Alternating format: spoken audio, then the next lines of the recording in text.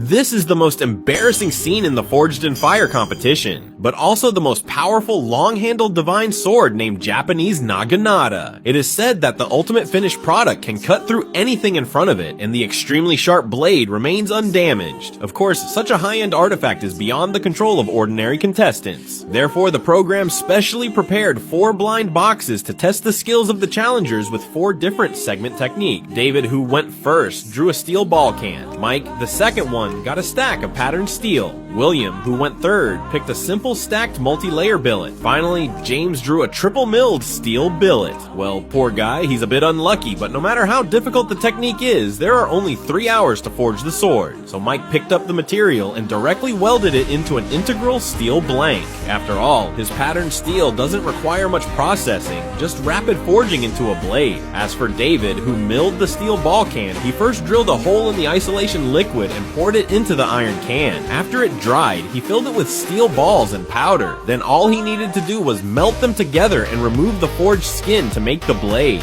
William, who was forging the stacked multi-layer billet, prepared to make a multi-layer folding. After all, the more layers of the Damascus steel blade, the stronger the blade's strength and the more prominent the pattern. Unlike the patterned steel, the Damascus steel billet is usually forged from 2 types of steel, soft and hard, while patterned steel is just a fusion of one type of hard steel. Of course, the most difficult task falls on James, who is hammering the triple milled steel. This technique requires soft steel to wrap around and thicken the package, plus high carbon hard steel to create a complex blade shape with hard steel for the edge and soft steel for the body. So the old brother decided to hammer the hard steel round bar flat first. When it was heated, he hammered and chiseled it to give the soft steel an opening. An hour passed. After Mike forged and welded the patterned steel blank, he began to hammer and stretch it. Although his expression looked serious from a third-person perspective, in fact, he was about to burst into laughter. After all, such a simple patterned steel is rarely found even with a lantern. And next to him, William, who was forging the stacked multi-layer billet, was also feeling relaxed. After stretching the steel blank, he was ready to cut it into 4 pieces and stack them together, creating a Damascus pattern of nearly 40 layers.